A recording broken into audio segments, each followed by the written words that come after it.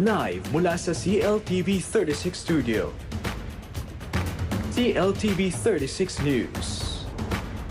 Maya Pabengi, Pampanga, magandang gabi, Central Luzon. Ako si JM De Jesus at oras na para sa mga maiinit na balitang Central Luzon ngayong araw ng Martes, April 8. Mayor Vilma Caluwag, asawang si Melchor at isa pa, kinasuhan ng vote buying.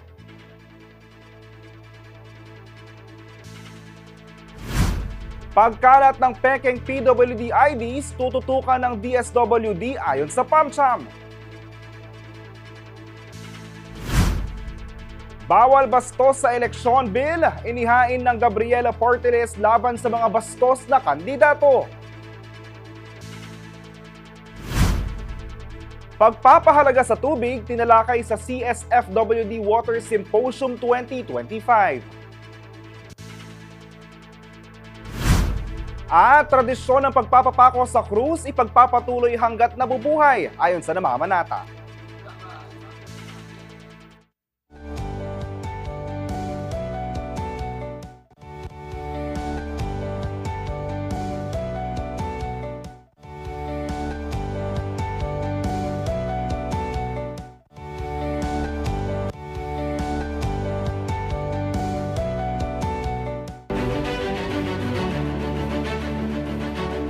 Sinampahan ng kasong paglabag sa Omnibus Election Code, kaugnay ng vote buying sa City of San Fernando, Pampanga re-electionist Mayor Vilma Caluwag.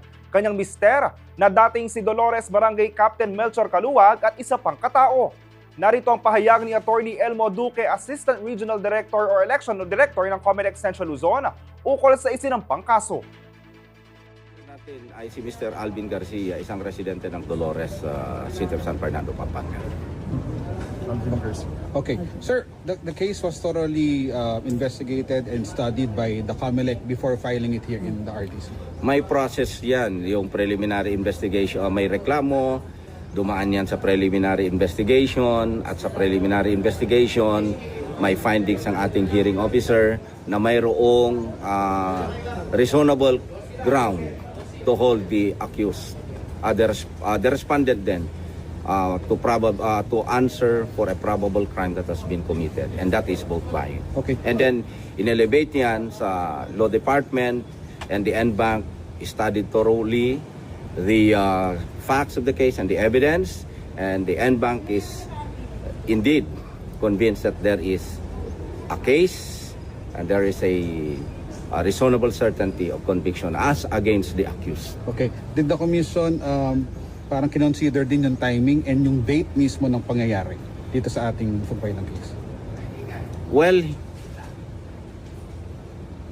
may process tayo at lahat ng mga proseso ay dumaan, at sa aking kaalaman ang hearing nito ay ng ating preliminary investigation na ganap as of last year, and na-submit ng ating hearing officer, investigating officer natin ang kanyang findings, at tama naman yung may mga time na tama naman within the time ng pag-process that the NBank has come up with its resolution and the filing of the information. Samantala, wala pa raw natatanggap na kopya ng dokumento ukol sa kasong vote buying na isinampa laban sa kanya si City of San Fernando re-electionist Mayor Vilma Caluwag. Mayora, ano pong komento yung kitang final na pong case kaya kayo vote buying po anyang 2023? Alake pang pwedeng makibat hanggat alak pang ari-receive. At si ari-receive din that's the time na makibat po. Okay. Definitely, makibat kami. Oning, kami bisa makibat hanggat alayo pa itamutay. Okay. Mayora, basta kayo tuloy-tuloy mo yung pamangamba niya. Tuloy-tuloy mo. Tuloy-tuloy mo po. Ako po kaya pekto. Ali po. Bakit po? Bakit? Laban lang. Laban lang. Palagay po, bakit po gagawan niyo? Again, eke pabalong pakibatan kasi eke pabaling gewado. So, let's see. Pero kayo pa rin. Smiling face, kayo matitinas. Siyempre, mareng tao. Kailangan ring tawa kita na lalaban tamo.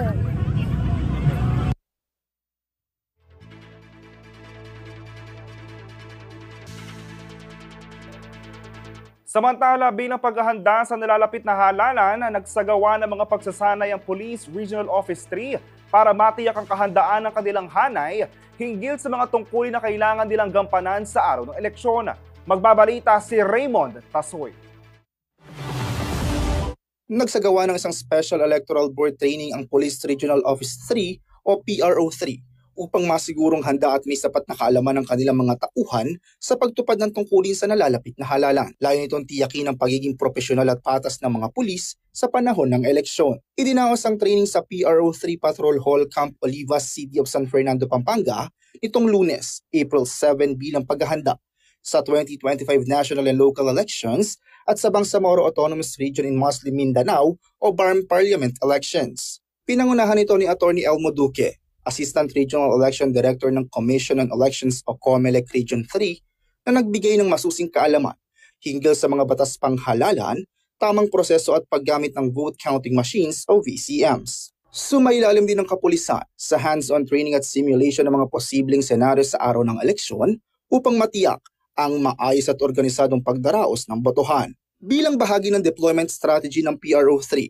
may mga piling tauhan na itatalaga sa rehiyon ng BARM upang magsilbing mga electoral board members, lalo na sa mga lugar na kulang sa guro o may mga banta sa seguridad. Ayon kay Police Brigadier General Jean Fajardo, Regional Director ng PRO3, mahalagang hakbang ang pagsasanay upang suportahan ng COMELEC at mapanatili ang integridad ng halalan, partikular sa mga sensitibong lugar gaya ng BARM. Dagdag pa niya sinanay ang mga pulis upang maging neutral at maaasahan sa pagganap ng tungkulin bilang electoral board upang matiyak ang seguridad lalo na sa mga lugar na itinuturing na election hotspots. Raymond Tasoy, CLTV 36 News. Formal nang nilagdaan ng Department of Education o DepEd at Commission on Elections o COMELEC ang kanilang kasunduan para sa nalalapit na eleksyon sa May 12. Isinagawa ang signing ng kanilang Memorandum of Agreement o MOA sa Chairman's Hall, Palacio del Gobernador, Intramuros, Manila itong Biyernes, April 4. Kasabay nito, nilagdaan din ang kasunduan sa pagitan ng COMELEC, Armed Forces of the Philippines o AFP at Philippine National Police o PNP. Sa nato na aktibidad, binigyan diin ni DepEd Secretary Sonny Angara ang mahalagang papel ng mga guro sa pagtiyak ng malinis at maayos na halalan. Aniya handang makipagtulungan ng kagawaran sa COMELEC upang maisakatuparan ang isang tapat at makabuluhang proseso ng botohan. Nagpasalamat din si Angara sa maagang hakbang ng komisyon sa pagsasanay ng libu-libong guro na nagsisilbing tagapangalaga tuwing halalan.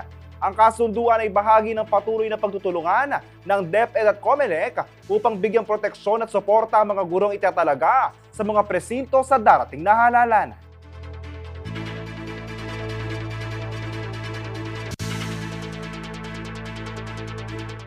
Samantala, inihain ng Gabriela Party List ang bawal bastos sa election bill ngayong Martes, April 8. Layo nitong gawing batayan sa diskwalifikasyon ang misogynistic at discriminatory statements ng mga tumatakbong kandidato sa local at national elections. Ang panukalang batas ay naghahangad ding amyendahan ang Omnibus Election Code upang isama mga bastos na pahayag laban sa kababaihan at mga miyembro ng LGBTQIA+ community bilang grounds for disqualification. Tugon ito sa kakulangan ng kasalukuyang regulasyon sa eleksyon hinggil sa misogyny. Ayon kay Gabriela Party List Representative Arlene Brosas, hindi dapat maging kalakaran sa politika ang mga bastos o mapanghamak na pananalita. Aniya, dapat panagutin ng mga kandidatong gumagamit ng kanilang plataforma upang magkalat ng diskriminasyon. Ang bawal bastos sa election bill ay inihain bilang pagtugon umano sa mga insidente ng misogynistic behavior sa mga nakaraang kampanya. Kabilang ang kontrobersyal na pahayag ni Pasig Congressional Candidate Attorney Christian Sia tungkol sa kababaihan.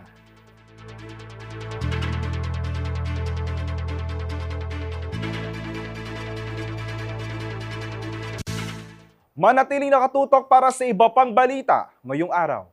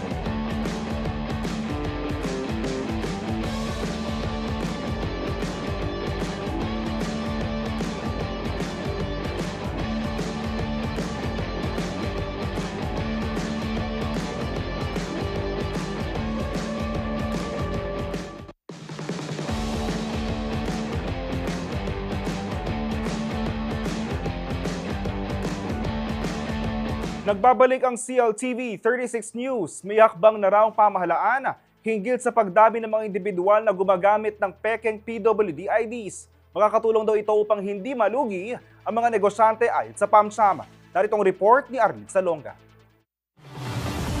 Tumugon na raw ang Department of Social Welfare and Development o DSWD sa panawagan ng Pampanga Chamber of Commerce and Industry Incorporated o PAMCHAM hinggil sa pagkalat ng mga pekeng PWD IDs.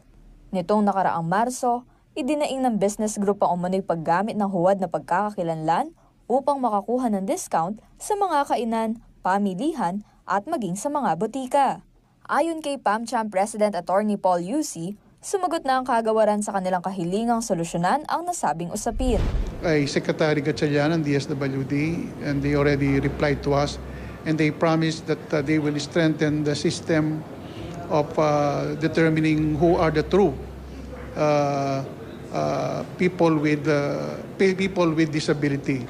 No, they will strengthen the digitalization of the processing so that nobody can dupe the government into issuing PWD cards when in fact they are not deserving of it.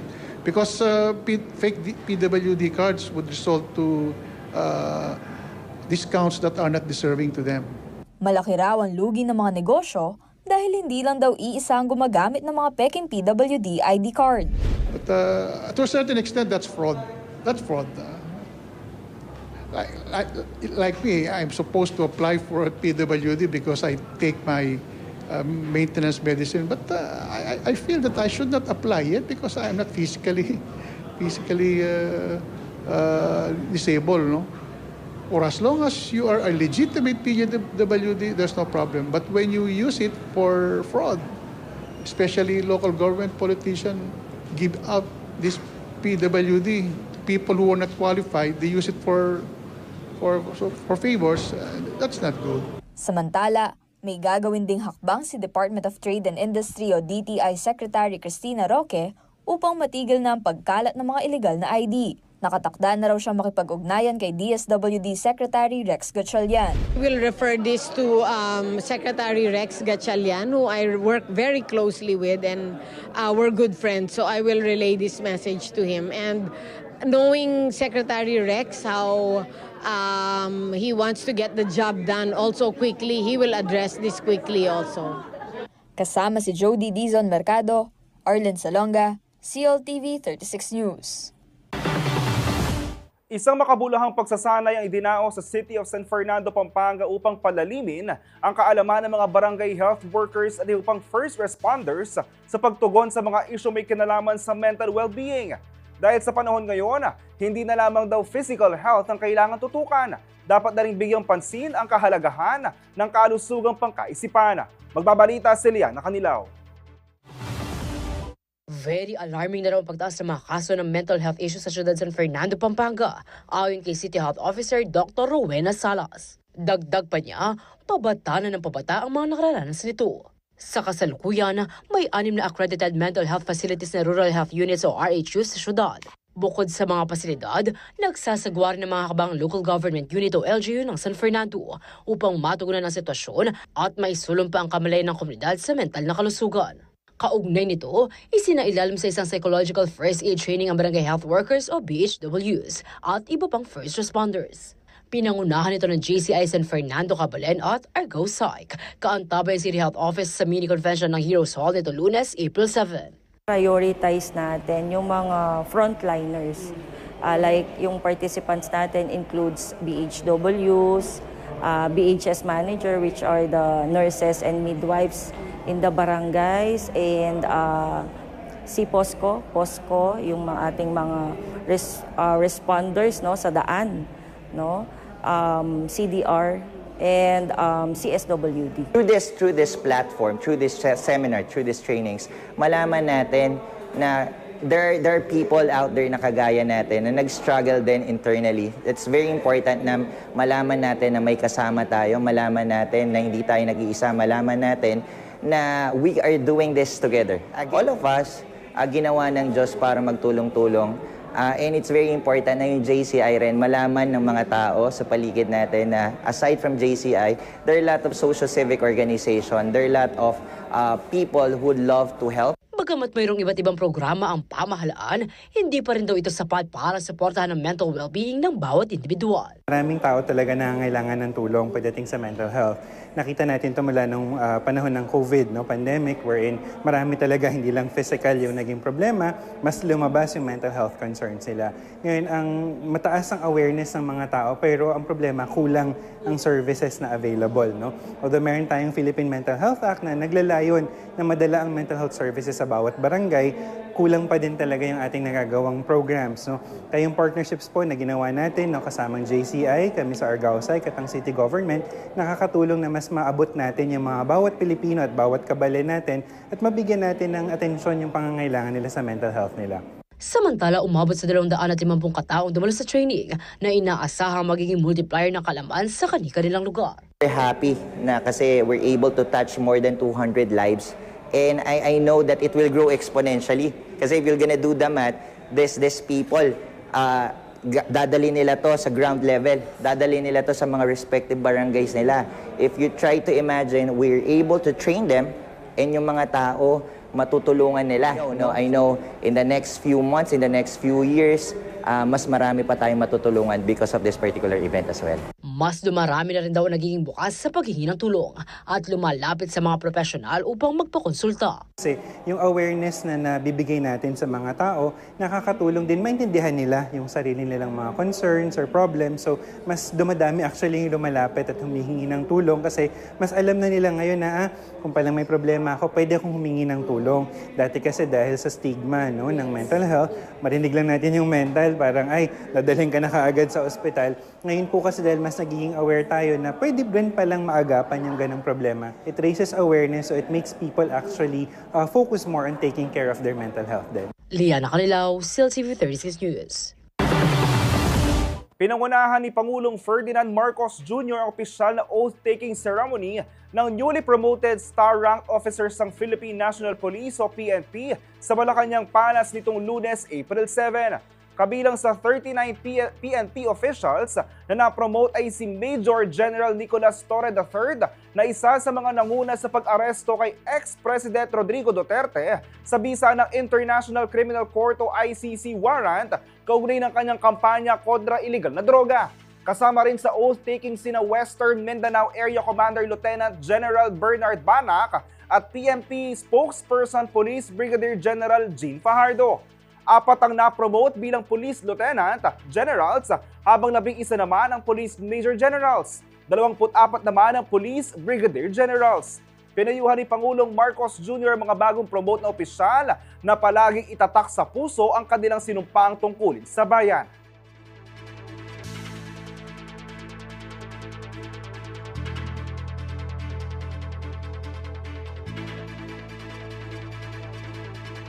Sino nagsabing kailangan mong gumastos ng todo para sa isang high-end na SUV?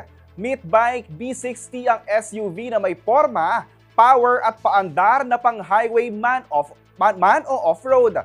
Hindi rin ito magpapahuli sa tech features. Sa murang halaga, siguradong ma-experience na ang luxury sa bawat driving adventure ng buong pamilya. What to know about Bike B60? Let's watch this.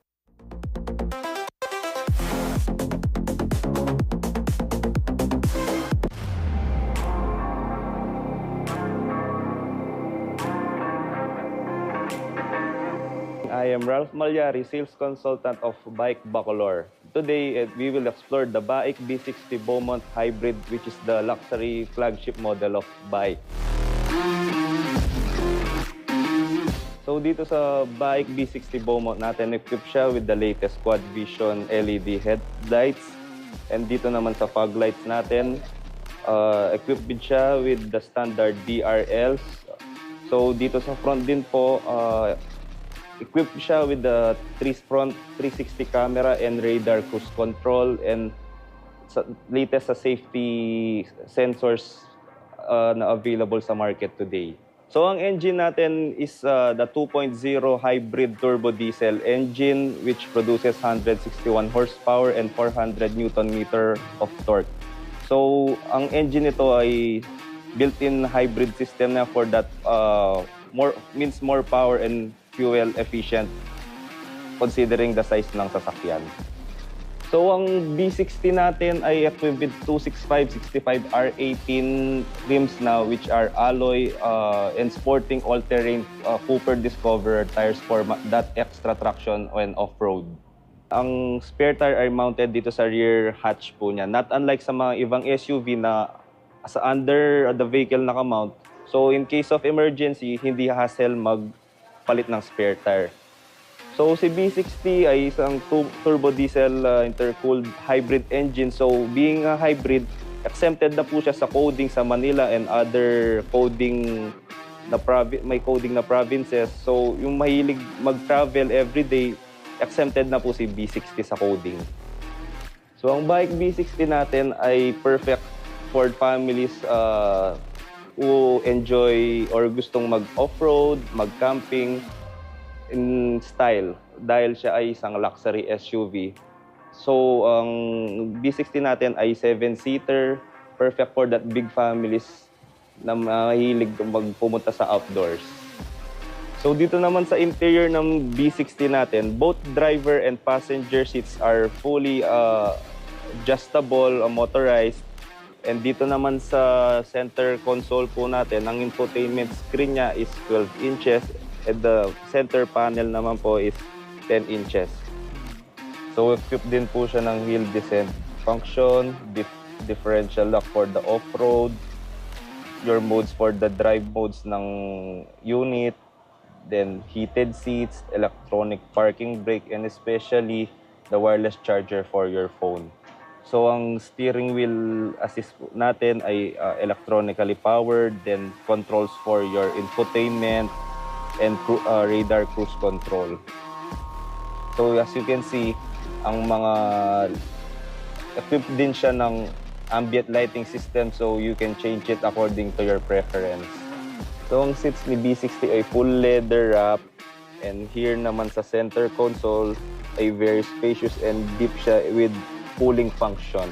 So dito sa likod ay equipped din siya ng AC controls. So dito naman equipped siya ng latest technology ng rear view camera na di na siya unlike yung ordinary mirror, so you can see better sa rear part ng vehicle nyo for safety. So ang B60 din natin ay equipped din siya ng panoramic sunroof for that premium feel.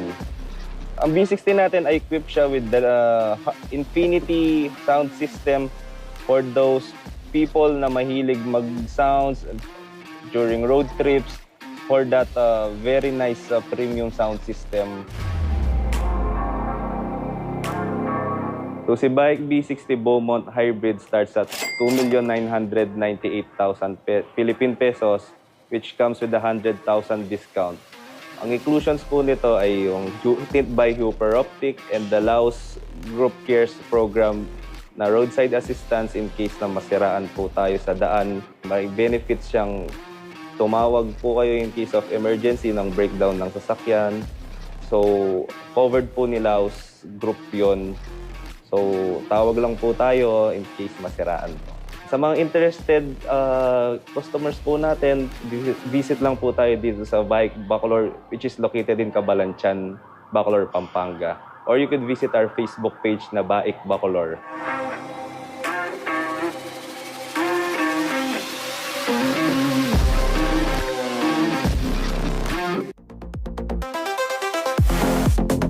Manatiling nakatutok para sa iba pang balita ngayong araw.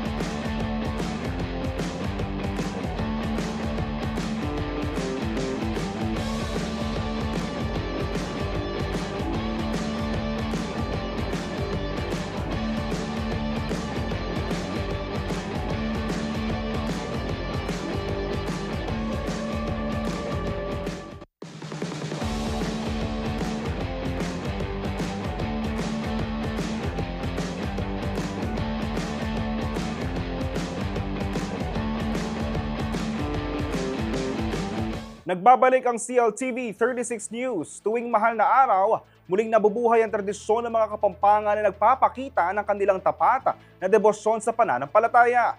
Mula sa senakulo hanggang sa pagpapapako sa krus, ito ang mga ritual na hindi lamang alay kay Hesukristo, kundi isang simbolo ng sakripisyo at pagninilay. Sa City of San Fernando, Pampanga, patuloy na isinasagawa ang mga panatang ito na dinarayo hindi lamang ng mga kabalen, kundi pati na ang mga bisita mula sa iba't ibang dako ng bansa at mundo. Alamin ang kwento ng mga namamanata at kung ano nga ba nagtulak sa kanila para simulan ang tradisyong ito mula kay Liana Canilaw. Taong 1955 nang unang magkaroon ng Kapampangan Senakulo o Passion Play sa Barangay San Pedro Cotud, City of San Fernando, Pampanga. Ipinapakita rito ang mga karanasan ni Hesukristo. Mula sa pagpapahirap sa kanya, pagkakapako niya sa krus at hanggang sa kanyang kamatayan. 1961 naman ang simula ni Matias Santos mula sa San Jose ang kanyang debosyon sa pagbubuhat ng krus sa daan matapos mamatay sa iba't ibang sakit ang kanyang mga anak. Ang tradisyong ito ay kilala ngayon bilang tira bakal. Isinasagawa ang mga ito tuwing mahal na araw o Holy Week o Maleldo sa Kapampangan. Samantala matapos ang mahabang panahon, patuloy pa rin ang tradisyon sa siyudad San Fernando na nasasaksihan hindi lamang ng mga kabalen, kundi maging mga bisita mula sa iba't ibang bahagi ng bansa at maging mga dayuhan. Isa sa mga kilalang namamanata tuwing mahal na araw ay ang 65 years old na si Ruben Enaje. Sa loob ng 36 na taon, siya ang nagsisilbing Kristo sa senakulo na ginaganap sa Barangay San Pedro Cotud. Ang kanyang debosyon, mayroon daw malalim na pinaghuhugutan. Nagsimula po ito 1985 nung nahulog ako sa ikatlong palapag na building. Himala naman na hindi ako napilay no nasaktan sa aksidente na yun. Kaya nagdesisyon ako na magpapako sa krus para magpasalamat sa aksidente na yun. 1986 doon ko na inumpisan yung aking panata hanggang sa ngayon po.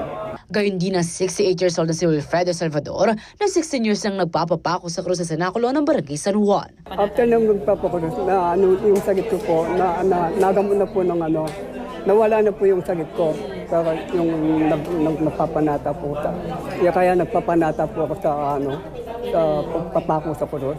Kuwento ng dalawa, hanggat kaya nila, ipagpapatuloy nila ang kanilang panata. Kung makakaya pa natin sa susunod na taon, gagawin ulit natin. Pero kailangan na tingnan muna natin yung sarili natin kung talagang makakaya pa. Dahil may edad na tayo. Kasi sasabi natin ngayon, maganda ang ating katawan. Pero kinabukasan, wala na. Kaya hanggang makakaya ko, gagawin ko. Kung hindi ko na makakaya, meron naman tayong kapalit sa pagre-retiro. Habang may buhay po ako, gagawin ko po. Ang pagpapanata ko po. Hanggang may buhay po ako. Kahit na meron na akong kapalit sa akin, continuous pa rin po yung pagpapanata ko. Upang hindi maputol ang tradisyon ng siyudad tuwing Maleldo, tinutulungan at tinuturuan daw nila ang maaari nilang maging kahalili. Kung ako ay magre-retiro man, yung successor ko, hindi ko naman pababayaan yun. Tutulungan ko kung ano yung mga dapat pang gawin, ay tuturo ko sa kanya para yung tradisyon namin maging tuloy-tuloy iyan. Hindi mapuputol. Samantala sa pagpapatuloy ng mga tradisyon at debosyon, hangad daw ng LGU ng San Fernando na magkaroon ng pagpapahalaga sa mga namamanata. Kaugnay nito, ibinahagi ni Mayor Vilma Caluwag ang kanyang nais na bigyang pagkilala ang mga nagpepenitensya. Hindi ko lang po recognize na po rin magpanata-tamo ni believe ko po kaya kayo na ayayag-yuyo po itang mga yan.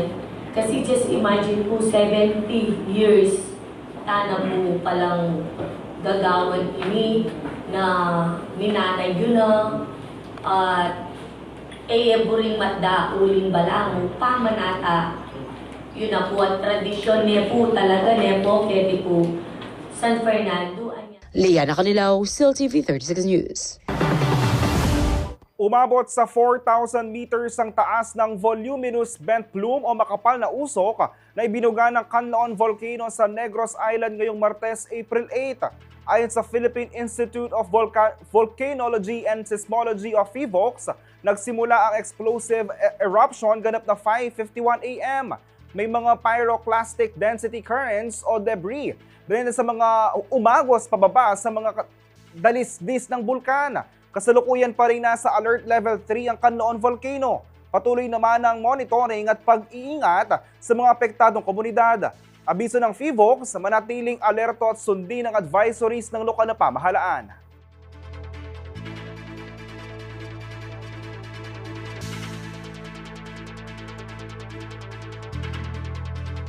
Nagtipon ng ilang sektor sa isasagawang Water Symposium 2025 sa syudad ng San Fernando, Pampanga. Hangad na aktibidad na maipaalam ang kahalagahan ng tubig at ang kinakaharap na hamon sa kasalukuyang panahon. Narito pong report.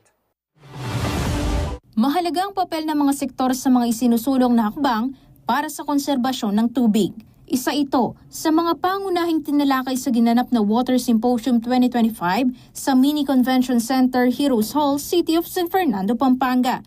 Ito na ang ikatlong symposium na inorganisa ng City of San Fernando Water District o CSFWD, Prime Water, City Government of San Fernando, PMSI at PAMCHAM. Ayon kay Engineer Fer Carilao, Vice Chairperson ng CSFWD at Chairperson ng Water Symposium 2025, tema ng aktibidad ay Communicating Water's Value, Its Challenges and Implications. How do you value water? Yun ang pinakamahirap. Kasi akala ng mga tao, infinite. Walang pakundangan ng paggamit. Sinisira ang kalikasan. Kasi may mga implications yan. Flooding, why? Tinatapon lang natin ng tubig pero pag tag-init, kailangan natin. No? Ang government, ang ginagawa niya, puro pagdadike to prevent flooding. Where, yun ang perspective niya, para hindi mag-flooding. Pero ang perspektiba naman namin, bakit hindi natin i-harvest yan? Because that's a resource that we can use for potable water, for farming, for communal fishing, for possible tourism. Marami pang iba. So, through this symposium, we would like to engage the various sectors, no? Lahat ng sector, especially the youth. So, through this symposium, lalong mamulat, lalo ng mga kabataan. Kami, tapatapos na dyan Ano na kami, hindi lang kami now showing, kumbaga sa sine, parang kadouble na lang kami. Kayong mga bata, kayo na ang dapat manguna dito. So, it's sort of passing on the baton to you to take care of our resource, which is water, given by God. For water is life. Panauhing pandangal sa pagtitipon si Dr. Carlos Primo David, Undersecretary for Integrated Environmental Science ng DENR. Ang problema sa tubig ay undervalued siya. Number one, yung binabayaran natin para sa ating water supply ay halos sapat lang para bayaran yung totoong value ng tubig. Dahil masyadong mababa ang presyo ng tubig sa ngayon, wala masyadong value na inilalagay ang ating mga mamamayan. Walang water conservation dahil kahit magdilig ako ng garden at hugasan ng lahat ng kotse, ang bill ko sa tubig ay 600, 700 pesos kumpara sa electricity. No? Hindi ko sinasabi na dapat itaas natin yung presyo ng tubig para magkaroon ng conservation agenda ang isang lungsod. Kung hindi, sabihin sa lahat na habang meron pa tayong supply, tingnan na rin natin kung paano natin maititipid itong resource na to. Dahil sa kalaunan, kakapusin tayo ng supply at kailangan mas conscious tayo dito sa resource na to dahil hindi siya infinite. Ipinaabot naman ni Virgilio Rivera Jr. ng Watson Analytics na kailangan ng gumawa ng paraan upang maiwasan ang krisis sa tubig. Para naman sa mga kabataan, kailangan na raw nilang gumawa ng paraan upang matiyak ang supply ng tubig sa susunod pang mga henerasyon. Huwag po natin sayangan dapat yung tubig kasi nga po napaka-importante po niya sa end po natin. And if ever po na magkaroon po tayo ng problem dito and hindi po maging aware yung mga students po or yung mga tao po about the importance of water po, yung balik po or yung effects po sa amin din pong mga kabataan. As kabataan po, limited pa po yung mga kaya namin gawin. But at all this, what we can do is to save water. Kasi po with those, kagaya nga po nung naririnig natin, with those micro efforts sa pagsisave po ng water, magkakaroon po tayo ng mga macro effects po in the future. Like if nag-save po tayo ng water now, may magagamit pa po kami in the future. And if magiging aware po yung mga tao kung paano gamitin yung water now, magkakaroon pa po kami ng water na gagamitin in the future po. Samantala, tiniyak ni CSFWD General Manager Nelson Lingat na pag-aaralan nila ang mga inihaing rekomendasyon na napag-usapan sa symposium. Noted yan sa City of San Fernando Water District, particular yung sustainability ng water supply and at the same time yung mga improvement dapat na gagawin. Like for example, yung kasi to sustain yung supply, kailangan not only to expand but to rehabilitate itong mga dating linya ng tubig at saka yung mga sources, no? At as of now, meron tayong technical working group created, no? Na pag-aaralan yung how to expand kasi sa totoo lang dahil joint venture agreement tayo with Prime Water, meron tayong limited power, no? Dito sa mga dapat gawin. So with the consultation ng Prime Water, no? Itong mga program na gustong implement ng Water District, dapat mag-usap. And at the same time, itong mga issue na mahina ang tubig, kung minsan may dumi, gano'n, no? So, alam naman natin, pag matagal na yung mga linya, definitely, contaminated yan. So, we are doing our best para pag-usapan with Prime Water yung kanilang dapat gawin, no? Para maano natin yung, sabi mo nga, yung sustainability ng quality at potable water dito sa City of San Fernando. Kasama si Jody Dizon Mercado, Isel Fernando, CLTV 36 News. Alamin naman natin ang lagay ng panahon sa ulat ni Rainier Agas, weather forecaster mula sa Pag-asa Clark Station.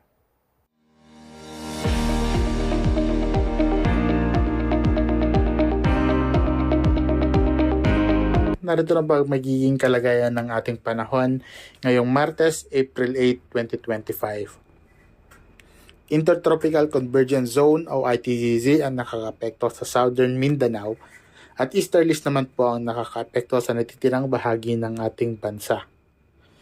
Aasahan natin ang maulap na kalangitan na may kalat-kalat na mga pag-ulan, pagkulog, pagkidlat dito sa Zamboanga, Basilan, Sulu, Tawi-Tawi at Palawan dahil po yan sa ITZZ.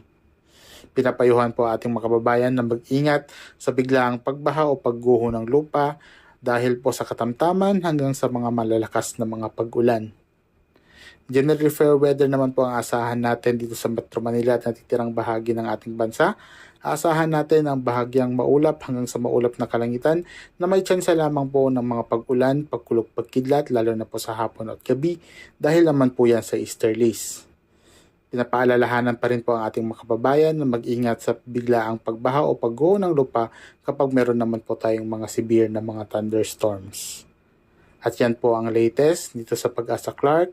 Ako po si Rainier Agas, nag-uulat. Nagpakitang gilas sa mga kabataang basketballista ng Central Luzon sa katatapos lamang na Samahang Basketball ng Pilipinas Pambansang Tatluhan, Regional Finals itong linggo April 6.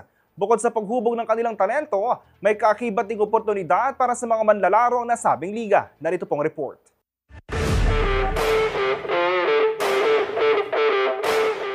Mas maraming oportunidad ang nagbubukas para sa mga talentadong kabataang basketballista sa pamamagitan ng karanasang handog ng Samahang Basketball ng Pilipinas o SBP. From regional tournaments, may chance din ang mga manlalaro na magpakitang gilas sa national scene. Nung nag-start na yung program na ito, maraming mga nag-PBA na. Oo, actually, yung iba naglaro sa talk and text din. And yung iba nakapaglaro din sa mga NCAA, UAP, at doon sa liga natin, dito sa Region 3, yung United Central Luzon Athletic Association. Ito yung stepping stone nila. Since these players are coming from all over the Region 3 provinces and cities, meron tumitingin sa kanila na kung sino yung pwedeng makakyat sa college level. And which pwede silang isama doon sa mga eskwelahan nila, lalaro sa Okla. Bukod sa sportsmanship, nahuhubog din na paglalaro ng basketball ang kanilang karakter.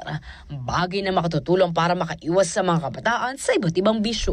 Ang mga kabataan ngayon, lalo na yung mga, let's say, ages 10, 12, tsaka itong mga to, sigurado yan.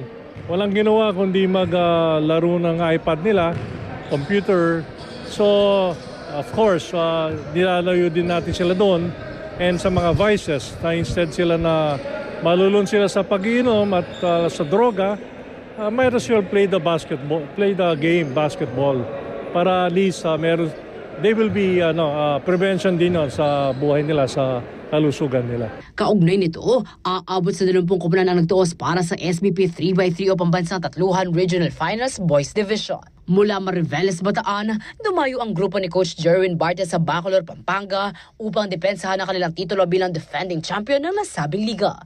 Sa huli, naiuwi nila ang back-to-back championship matapos mataubin sa score na 16-13 ang Don Bosco Technological Institute, Tarlac City. Ang susi sa kanilang magandang kapalaran, sipag at determinasyon. Nag-training po sila kada araw and then kinondisyon po yung utak nila na sa bawat laban kailangan po nilang mag-go hard para po sa panalo. We win some games, we lose some games after all ng laban o kaya pagkatapos ng laban, kailangan po sports pa rin, iano pa rin po yung sportsmanship sa bawat isa. Higit pa sa karangalan ang pagkakaibigan na nabuo sa loob ng court ang babaunin ng mga manlalaro. Masaya sobra ma'am kasi nabalik po namin yung coach po namin sa national po. Maraming ma'am, nakikilala ma'am. Saka marami po nagiging kaibigan. Ang Team Mariveles Bataan na magsisilbing kinatuwa ng Central Luzon sa National Finals ng nasabing liga sa May 1 to 3, 2025. Liana Canilaw, CLTV 36 News. At yan ang mga balitang nakalap ngayong araw kasama ang buong puwersa ng CLTV News and Current Affairs. Ako po si JM De Jesus. Maraming salamat po.